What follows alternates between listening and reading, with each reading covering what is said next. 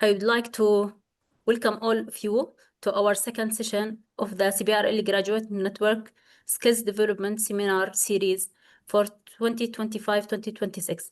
This online program is designed for early career researcher and would offer monthly session on key research methods and academic development across the discipline related to the Levant region, like archaeology, anthropology, history, cultural heritage, and social science. We are excited to have you all here and to continue the building on what we are starting last time. Today, our speaker is Dr. Jen Humphris, who has been CBRL director since September 2024.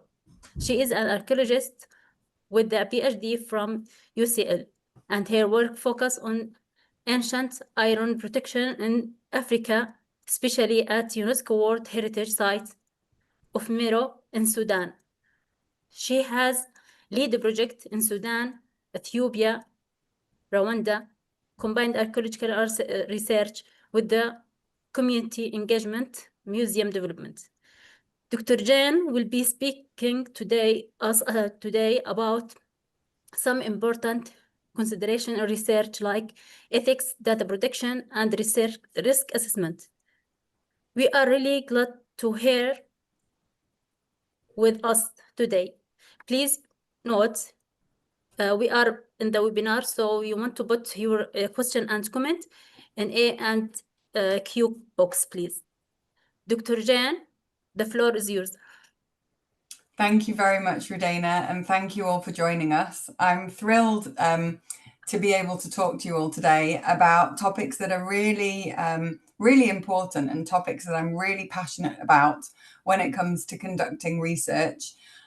Apologies, I'll be speaking in English, but I know there will be a recording of this lecture placed on our website shortly so that you can refer back to it if you want to. So research, ethics, data protection, and risk assessments are absolutely crucial to the research cycle. I'm confident and happy to talk about these aspects of research because I have got over 20 years experience of running fieldwork in Africa.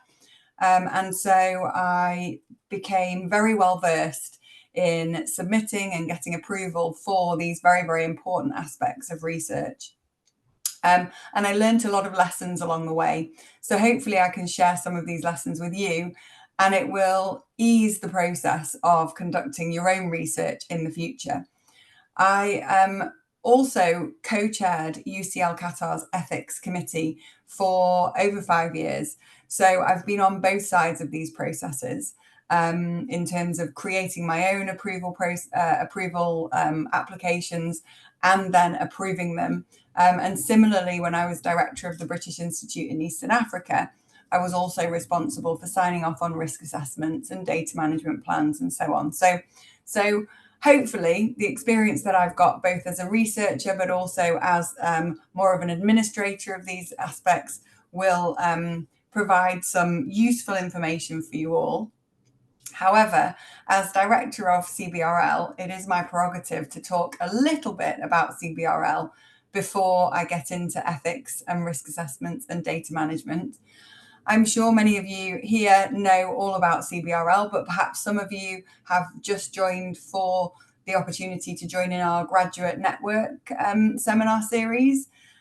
So it's always useful to remind ourselves, what is CBRL? Why are we here? What are we doing? So CBRL is a society that works with the countries, the people, and the societies of the Levant to advance public education. And we do that through the promotion and dissemination of research across the humanities and social sciences. And while traditionally our focus was archaeology, history, heritage, these days we embrace all of the modern aspects of humanities and social sciences as well. So we want to engage with the most cutting edge research that is solving some of our community's biggest challenges: urbanization, climate change, refugee studies, and so on. So hopefully we are evolving into an organisation that is really relevant and applicable for a very, very diverse community of academics. We are part of a group of independent charities known as the BIRI, which is the British International Research Institutes.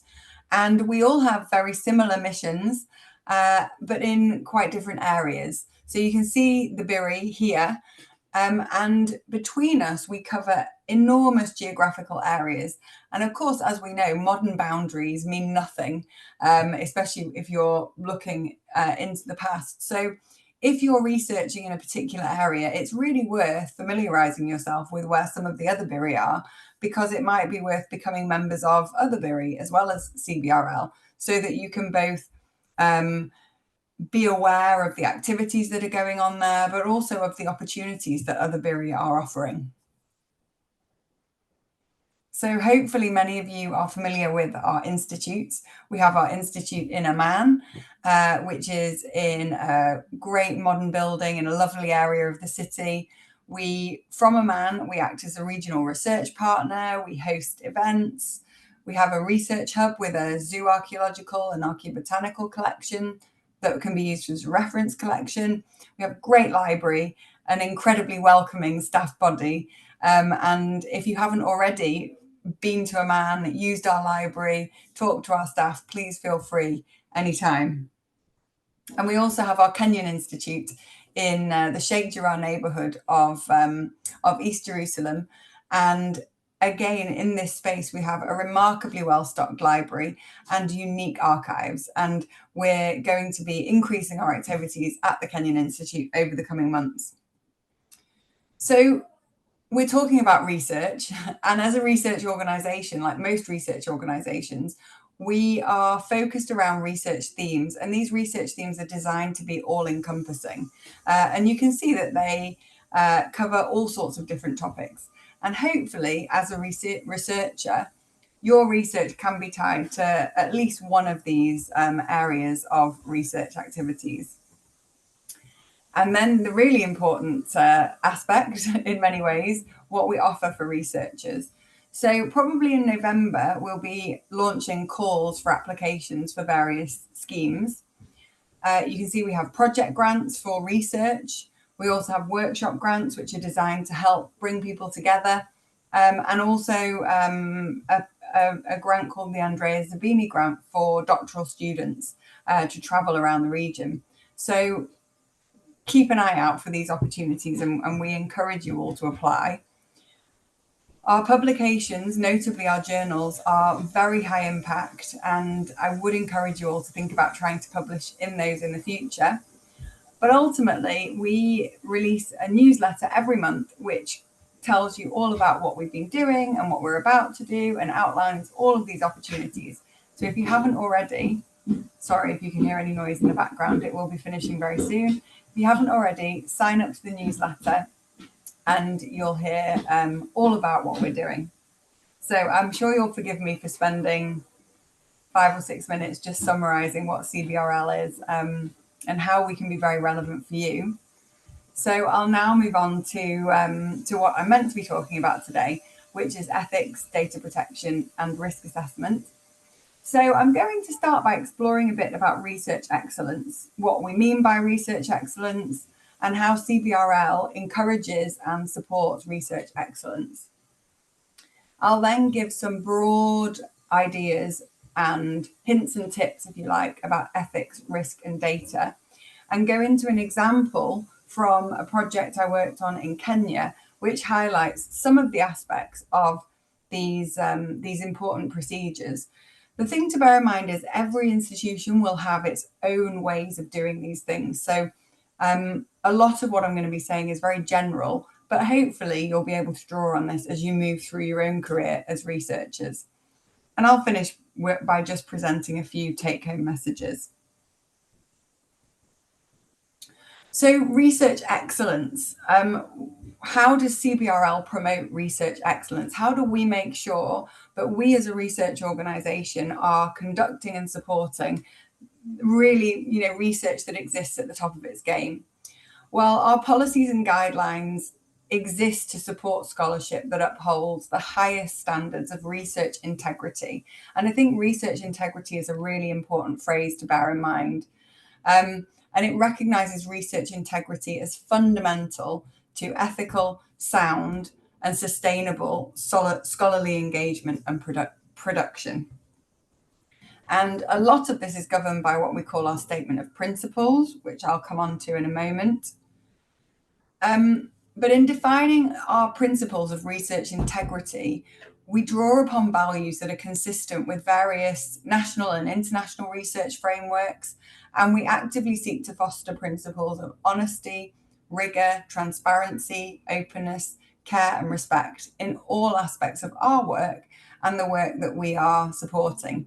So I think that as long as you can always bear in mind that in the way you conduct yourselves, both as an individual and as a researcher, these are the sorts of values that we're expecting, and that indeed you'd be expecting of yourselves, you're definitely on the right track.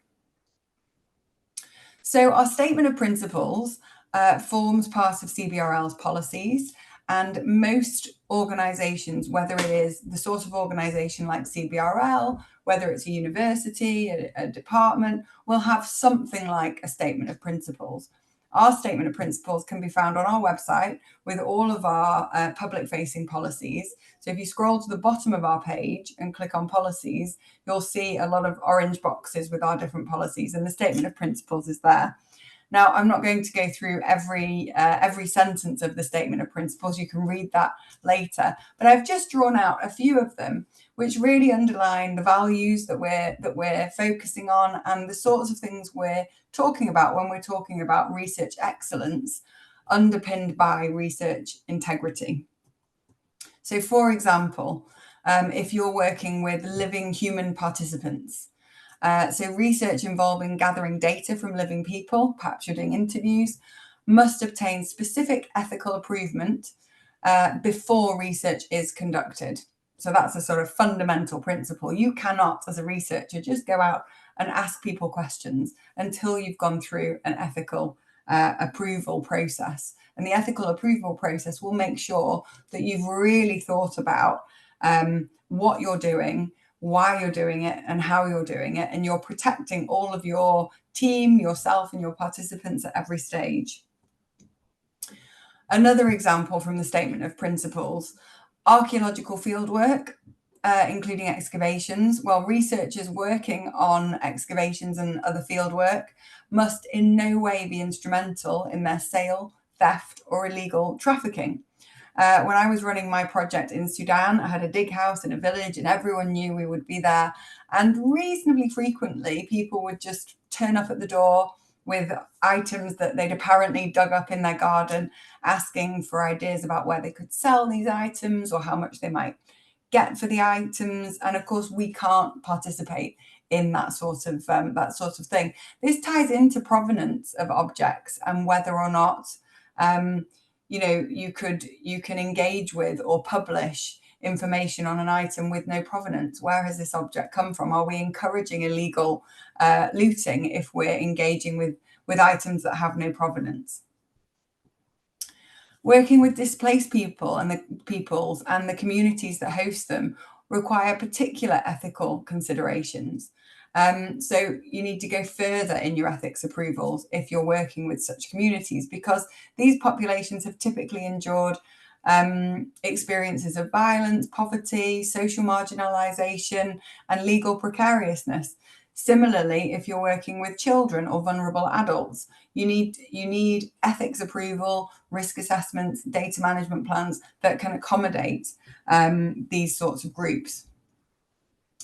If you want to do a survey, your recruits or potential recruits must be provided with sufficient information to allow them to decide whether they really want to be involved in your research. You need to make sure that they really understand what they are participating in, and make sure they know that they can stop their participation at any time. And research undertaken in occupied areas, well, generally, we and our journals won't publish this sort of research. So, as I said, please feel free to refer to our statement of principles if you want more information about this. The statement of principles is reviewed annually by our research committee, which is made up of very experienced researchers. And so we want to make sure that this is current, it's pertinent, and it's covering all aspects to ensure that we are conducting and supporting that research that has integrity at its core and that can really be defined in this bracket of research excellence. So how do we really make sure that we are encouraging and supporting the right kind of research? Well, if you get a grant from CBRL, you're required to sign a code of conduct. And this is probably similar if you apply for grants from other types of organisations. And we say that funds won't be released without a signed copy of this code of conduct. Again, I haven't written out the entire code of conduct, but I've just given a flavour of what's expected. So, for example, I will comply with the law of the country within which the research is taking place, act ethically and responsibly at all times, respect my colleagues by never discriminating, harassing, bullying, or victimising, demonstrate professionalism at all times, show integrity by not accepting gifts or bribes, and ensure that standards of good behaviour extend to the online world. So it gives you an idea of how we try to really make sure that what we're supporting is being undertaken correctly.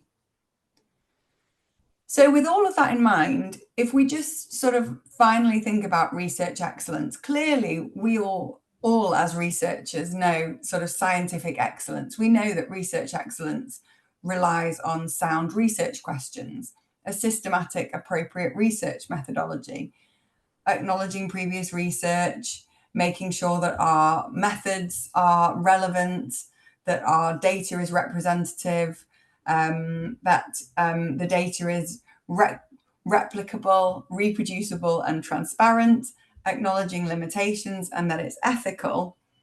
But excellent research is not only grounded in these scientific aspects. It must be built on a foundation of the highest standards of research integrity and a holistic methodology that stands up to academic scrutiny. So I suppose the point is we need the scientific excellence and the research integrity as well. So it has to be thorough and it has to be ethical.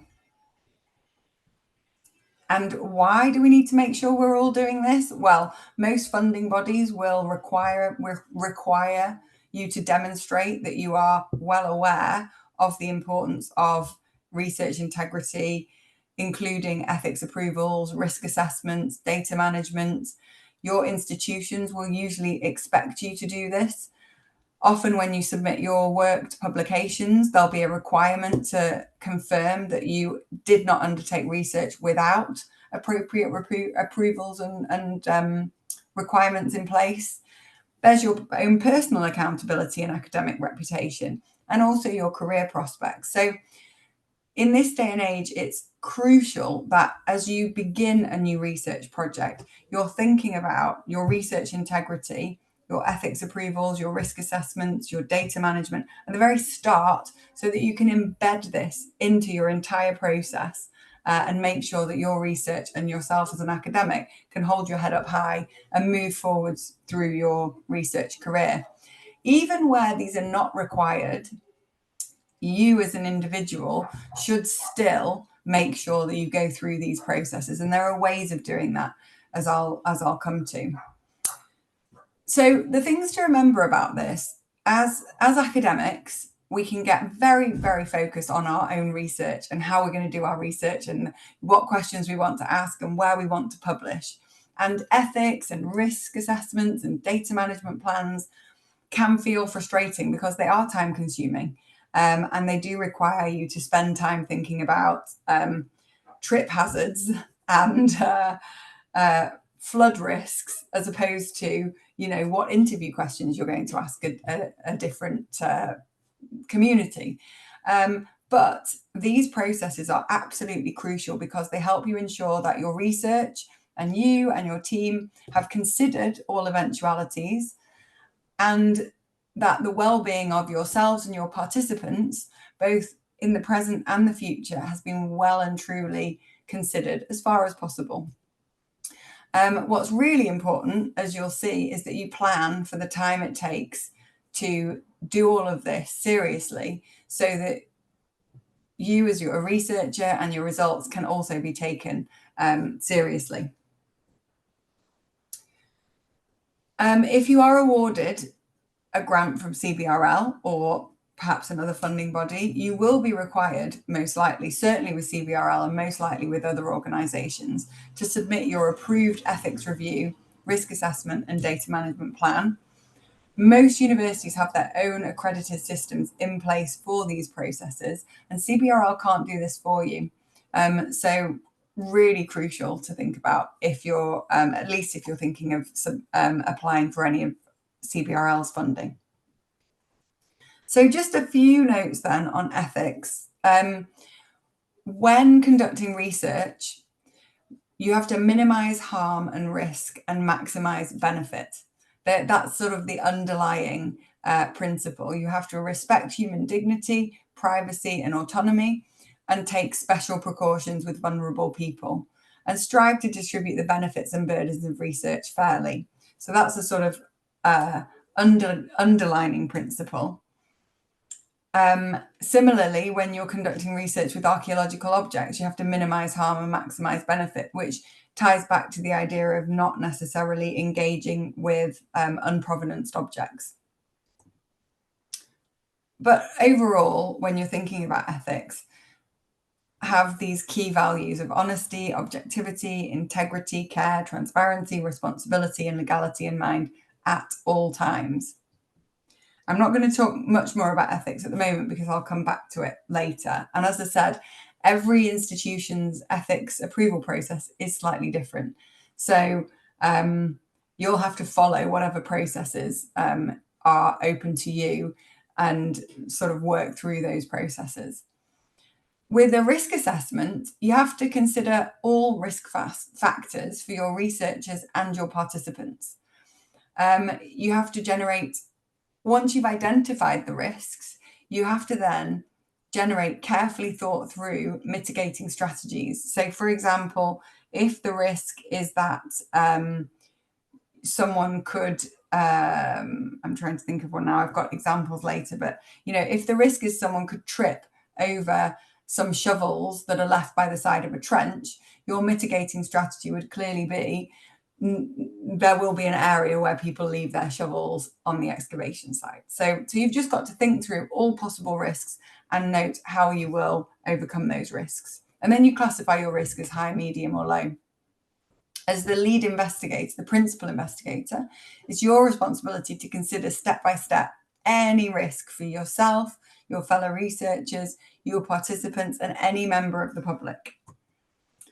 And your risk assessment needs to cover all times when you and your team are working outside your usual working environment. So for example, as a university student, your university will already have a risk assessment in place for your working environment. But the moment you leave, for example, to go and conduct interviews or to go into the field to do a survey, you need a risk assessment. And it's your responsibility to do that if it's your project. So to make a risk assessment, you have to have a research plan covering all the activities involved for the duration of the project, if possible. Now, this is where it's really important to know what you're going to do in your research before you start going through your ethics and risk and data protection, data management plans, because if you haven't spent time thinking about your research project comprehensively, and you've only thought about one aspect of the research, and then you spend lots and lots of time doing a research assessment, a risk assessment or an ethics approval, and then you realize a few months later, oh, actually, I should also have gone to this village to speak to this family, or I should have also extended my survey area to further south. You're going to have to revise all of your documents that will then also need approval. So make sure you've really thought through all of your research before you do your risk assessment. Similarly, if you're starting a 3-year PhD, think through the entire PhD and cover all possible activities that you're going to undertake outside your normal working environment as part of one risk assessment. And that could be a season of field work and 2 international conferences, and just make sure that you fit everything in so you don't need to go backwards and forwards going through more approval processes. So for each aspect of the research, identify the hazards and who might be harmed, consider the likelihood of risk, so unlikely, likely, the percentage chance of risk, assess the consequences, and then create the plans for dealing with the risks. So what do you do to minimize those risks? What plans have you got in place to make sure that they don't happen, but also what you will do if they do? You then will be asked to provide an overall risk rating for your research and submit this for official consideration. Risk assessments have to be continually reviewed, as do ethics approvals and data management plans. So as I said, if aspects of your research change or expand, it's your responsibility to then update your documents and seek additional approval. If risks are very likely to happen and will result in harmful or extremely harmful consequences, that's just simply not acceptable, and your university won't sign off on it. Don't take for granted that your risk assessment or your ethics application or your data management plan will be approved easily. And finally, data protection then, just thinking in more generalized terms. Data protection is complicated. Anyone who's already engaged with the concept of GDPR knows that it's a tricky subject to get your head around. But ultimately, when we're talking about data protection, we're talking about how you want data to be collected, used, and stored. And the easiest way to think about this is imagine it was you. So if a researcher is coming to you or an organization, we have it all the time on the apps on our phone and so on. People want our data. How would we expect that to be collected, used, and stored? And then we roll that out within international guidelines like the General Data Protection Regulation to make sure that we're compliant in the way that we manage other people's data. And there are key principles for data protection. So first of all, personal data should be processed lawfully, fairly, and in a transparent manner.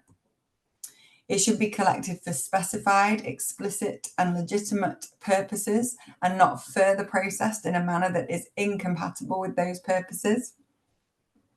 So if you are going to conduct interviews, going via your ethics approval process, you will produce informed consent forms, which will explain to your participants what the research is and what their involvement is and what you're going to do with their information. Once you've done that and they've signed that, you can't then change what you do with their data. The data that you collect should be adequate, relevant, and limited to what is necessary. So when you're conducting research, you need to think very carefully about what information you need from people, and you cannot collect additional information. It has to be accurate and, where necessary, kept up to date. It has to be kept in a form which permits identification of subjects for no longer than is absolutely necessary. So, for example, if you're conducting a PhD and you need that data to do your PhD, you need a plan for what happens to that identifiable data once you've finished. And you must always make sure that there is appropriate security in place to protect the data that you've collected about other people. So general points to remember then before we move on to the short case study. By completing the processes of risk assessments, ethics approvals, and data management plans and submitting them to an accredited review board, you will get comments, you will get criticisms, but what this is doing is making sure that your research, by the time you start it, is of the highest research excellence and has integrity running throughout at its core.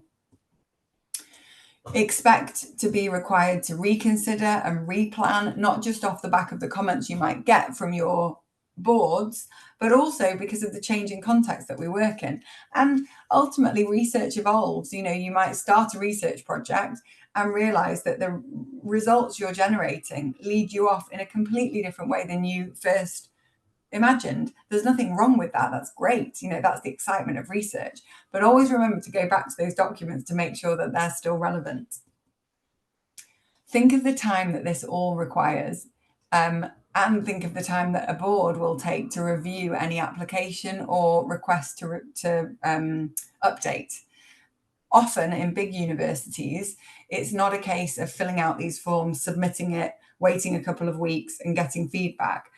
Often big universities have scheduled deadlines, and you should familiarize yourselves with those deadlines, because it means that if you get a CBRL grant awarded in January and you've planned to do your fieldwork in April, but the deadline for submitting all of your forms is not till March, are you really going to get all the feedback from the board ready to be able to get the approval to submit it back to CBRL to get your money released by April when you want to be in the field? Probably not. So familiarize yourself with any deadlines that your universities have. And always be prepared to be self-critical. View any feedback in a positive manner. And remember that these boards who review these applications are experienced people who will often see things that you can't see, because we're all so focused on our research. And they invest a lot of their time by providing comments to enhance the quality of your work. So embrace this aspect of the research cycle and all of the feedback, because it will make your research that much stronger. Okay, so I'm going to go to a case study now.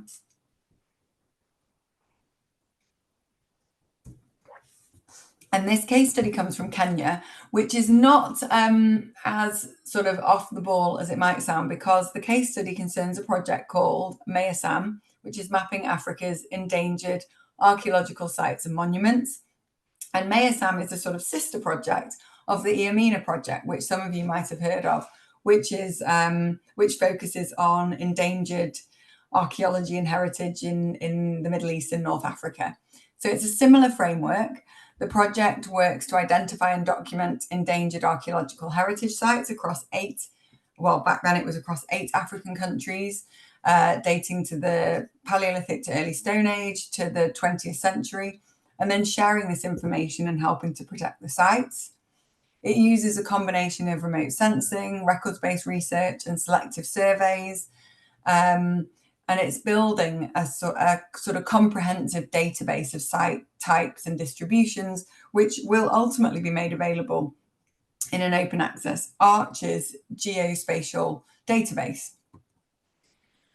And importantly, past, present, and potential future threats to these sites will be identified, assessed, and approaches to enhancing long-term site protection measures and new management policies developed with the project's Africa-based partners and collaborators. So I came on board as a co-investigator for the MEASAM project, because at the time I was the director of the British Institute in Eastern Africa. So I was leading the BIEAs. BIA is another of the BIRI. So BIA is like CBRL, but we deal with Eastern Africa, a massive area of Africa. So I was leading this for the BIEA in collaboration with the University of Cambridge, where the project is housed and run from, and our in-country partner, in this case, the National Museums of Kenya, who are the custodians of Kenya's heritage record. And as the COI for Kenya, it was my responsibility to make sure that we had in place the ethics approval, risk assessments, and data management plans before we could start the research. So when I was thinking about ethics, I had to first of all think about some fundamental principles underlying this entire research project. So the first thing, of course, is that we're working with the official body responsible for Kenya's heritage record. And we're also going to be encountering and communicating with local communities as we work in the field. And we're going to be disseminating information about the exact locations of sites. So all of those aspects of this project bring in all sorts of ethical issues, power balances, access to information, protection of sites, open, transparent communication with local communities. So immediately we've got all sorts of ethical issues that we have to really, really think about and make sure that we consider as we work through developing an ethical plan for this research. The other important thing is, like CBRL, the BIA isn't accredited to approve ethics applications. So I knew that I couldn't get this work approved by BIA. It would have to go to an external review body. Now, the reason that BIA and CBRL can't approve the ethics of a project is that sort of under international best practice, an IRB, which is the proper internal review body that would approve an ethics application, has to be comprised of a certain number of academics with a diversity of experience working in different types of places and in different types of subjects. And the BIA and CBRL simply don't have the number of staff required to sit on a review board like this. So where was I going to get my ethics approval from, and where could you get your ethics approval from if you needed ethics approval and your university doesn't offer it? Well, in this case, I went to one of the local universities in Nairobi, in this instance, Strathmore University, because Strathmore has an online protocol management system where either as an internal Strathmore student or staff member or as an external researcher, you can submit your project to this system, and their review body will formally review and give you formal accredited ethics approval. So I went to the Strathmore Ethics Review Body, and they asked for various documents in order to produce an ethics assessment. And a lot of this is quite standard. So, of course, you need a cover letter. You need to outline your research proposal. If you're conducting questionnaires, you need to provide the questionnaires. But importantly, I think you also need to provide information sheets. So if you're conducting interviews in a community, there should be an information sheet outlining all of the information about the research, including who people should contact if they have a problem with the research or with the researchers. And there should also be an informed consent document where people can say, yes, I understand what I am involved in. Yes, I've been made aware of who the researchers are. And yes, I know that if I want to withdraw my involvement, I can at any time with no problems for me. And the other important thing is that the information sheets and informed consent forms should be available in different languages if needed. You will also likely have to submit a budget, CVs, especially for the lead investigator, but quite possibly for your whole team. The point about an ethics review is making sure that the right people are conducting research and that they're qualified enough to be able to do this. And so on and so forth. You often need to supply your insurance certificates, talk about whether there's any conflict of interest. And there's generally a cost involved as well. And this is something that you have to think about factoring in. If you know your own university doesn't have an ethics review board and that you would have to go to an external review body, find out about the costs. So you can see here that I ended up paying something like $700 for the ethics review for the Mayasan project. Now, despite all of our experience, of course, comments came back. It wasn't quick to fill in the lengthy application. We waited, and then we got comments that you then have to act on. So I've just picked out a few of the comments so that you can see what these kind of review boards are interested in. So a selection. On the question asked to the review board, how well has the study been conceptualized? The reviewer said, well, it's a timely concept. It involves government agencies. Threats are well identified. GIS mapping is a relevant concept. Mapping into the past fits the archaeological focus. Local community involvement may need to be enhanced. How will you engage the local community stakeholders where the sites are located? Sharing results via open access is a good proposal. Please explain how you intend to share the findings with local agencies and local communities where the sites are located. Fair enough. And of course, you read this and you think, oh, I did that, but you obviously didn't do it well enough. You haven't thought about it carefully enough. So we then produce an entire sort of response to this review. And I won't read it all out, but we talk about the fact that National Museums of Kenya is the official project partner, which makes sure that they are firmly embedded in the design of the project. The project PI and I and the BIA have excellent track records in dissemination.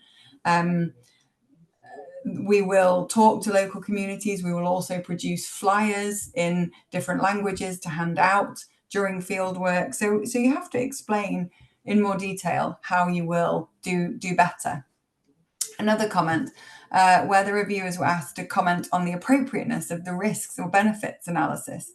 So it said the benefits to agencies like the National Museums of Kenya is clear. It's not yet clear how the local communities where the sites are located will benefit. How could this enhance the culture of the community? So again, we talked a lot. We went back and we really thought about this in a lot more detail than perhaps we had already. And we talked about then things like the fact that the sites will be documented in relation to potential threats. So this could include natural threats such as rising lake levels or severe erosion or mining or urban encroachment, and making this information publicly available could be useful to communities who find themselves trying to protect their land from such threats via official government channels. The key thing to mention when you get ethics approval is that generally or often you can get ethics approval from 1 year for 1 year, and you have to then submit a much shorter application, but you always have to have these things factored into your research timeline. So in this case, we got approval for 1 year from the date we submitted the application, not from the date we got the approval, which was several months later. Of course, any changes in the project or the circumstances have to be reported, and you've got to remember to submit the final reports. So that gives you an idea about the ethics approval. We then went through risk assessments and data management plans, and I just want to highlight some of the things that you have to risk assess, even if you think it's not really necessary. It is necessary. As the leader of a research project, if you or one of your team members has an accident and you haven't thought about the risk and come up with strategies, you could be in a lot of trouble. But more importantly than that, of course, we're doing a risk assessment to make sure that people don't hurt themselves or end up in trouble. So some risks are categorized as environmental. So environmental would include weather and climate.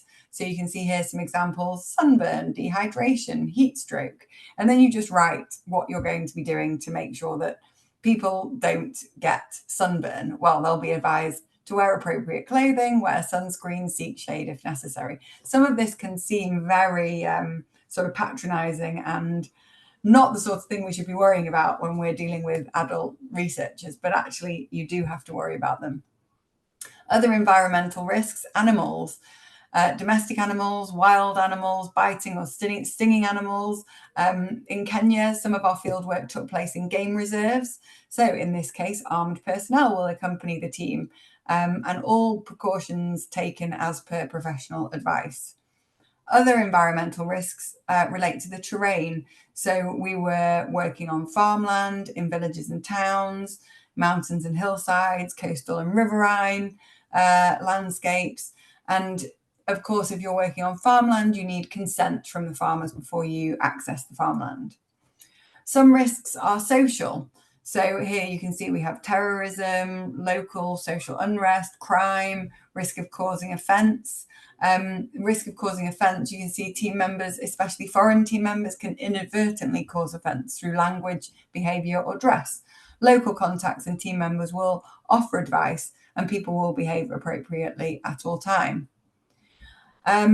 If your research takes place in an area of high risk of terrorism, war, military action or local social unrest, refer to the Foreign Office website and detail your evacuation plan. So in the case of Kenya, we listed all of the areas that the FCDO advised against all travel to, and stated that we would not be travelling to these areas, and that we're working with relevant authorities at all times. Other types of risks: traffic and travel, road traffic accidents, pedestrian accidents, train accidents, boat accidents, plane accidents, getting lost, loading and unloading heavy luggage, carrying luggage and equipment, crime, causing offence again. So, you can see you need to really think about all of these aspects, and really go overboard in many ways when thinking about your mitigating strategies. So where it comes to getting lost, I've said here, team members may work in unfamiliar locations, either in Kenya or in an international setting. All team members are required to have fully charged mobile phones with credit when on project business. In the field, a satellite phone will be taken. Team members will not work alone in the field. If a team member gets lost, they'll ask for directions, read signage, and call a fellow team member or contact for assistance. And then we have personal health and safety. So injury, illness, pre-existing health conditions, dental problems, exhaustion. It's incredibly important when you're running a project to ask formally in writing if any of your team members or collaborators have any pre-existing health conditions, and make sure that they've got medication and so on with them. Allergic reactions, anaphylactic shock, lone working, equipment failure, lack of training, and so on. And then the other thing that you will probably be asked for in a risk assessment is to provide information about the following. So people who are assessing your risk assessment don't just want to know that you know the risks and you know what you'll do about them. They also want to know that you've got procedures in place to avoid risk in the first place. So what about personal protective equipment? What about training for team members, equipment safety checks, first aid provisions, hospitals and clinics, communication methods? So you can see that what we built was a very systematic approach to risk assessment. And so every team member would be provided with the approved risk assessment to read. The risk assessment would be pinned around the dig house or the camp area. So everyone is taking responsibility for following the risk assessment and making sure that they're not getting into problems because they're not following the guidelines that we are setting in place. This includes things like training, first aid training, making sure that people are covered by insurance, and so on. So based on all of the information that you outline in a risk assessment, you have to rate the overall risk of your research. And then there are always caveats. So as a lead researcher, it's your responsibility to ensure you've considered, identified, and mitigated the risks to protect yourself, your researchers, and your participants, as well as members of the public. It's your responsibility to update your risk assessment if anything changes. It's your responsibility to ensure your team members are familiar with the risk assessments.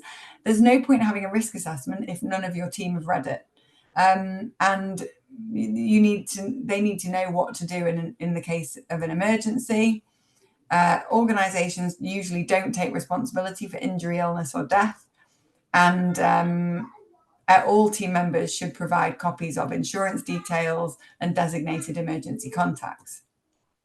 Now, just to highlight that when I did this risk assessment, and I did it with my Kenyan colleagues, between us, we had decades of experience of running fieldwork in Kenya, but the risk assessment panel came back with 17 concerns.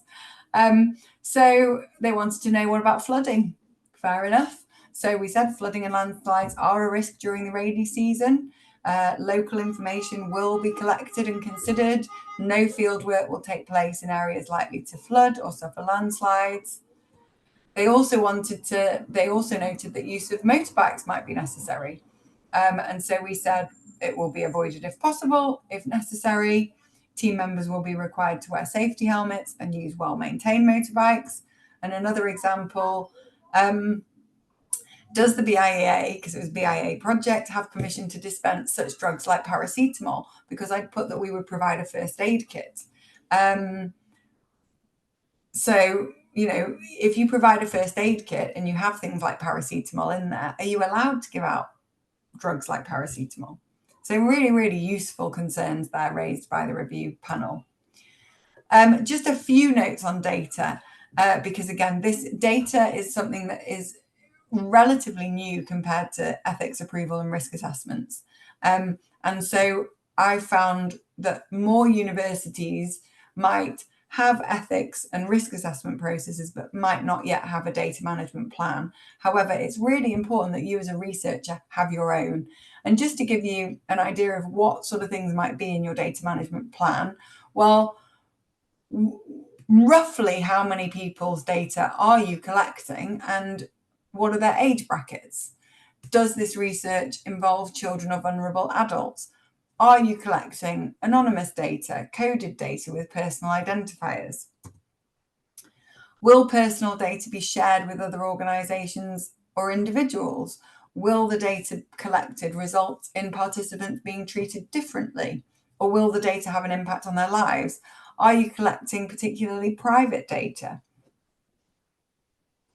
And data storage is also crucial. Think this through very carefully. What type of data will you be storing? Where and how will you store it? How will you share the data? And when will the data be destroyed are all really, really, really crucial questions to consider, even if your university doesn't have a data management plan. And it's always really useful to familiarise yourself with the general data protection regulations or similar in your own countries. You must make sure you understand your responsibilities as a researcher to protect data and privacy, and so on. So, final slide then, some take-home messages. Accredited ethics, risk and data approval and keeping these updated as required are essential aspects of your research process. And this is because of personal responsibility, professional responsibility, and broader ramifications if you don't. The processes should be taken seriously, and you should really allow yourself adequate time, not only to complete the processes, but to allow for acting on any reviews and also resubmitting both at the initial stages of your research, but also later on during your research, if and when things change. And completing these processes ensures the well-being of you, your team, and your participants today and in the future, and the credibility of your work and you as a researcher. So hopefully that has given you a broad overview of the importance of these processes in establishing and maintaining fundamental research excellence, and some hints and tips for how you might go ahead and move through these processes in your own research cycles. And I will at that stop. Oh, if my mouse will work, I will stop sharing my screen.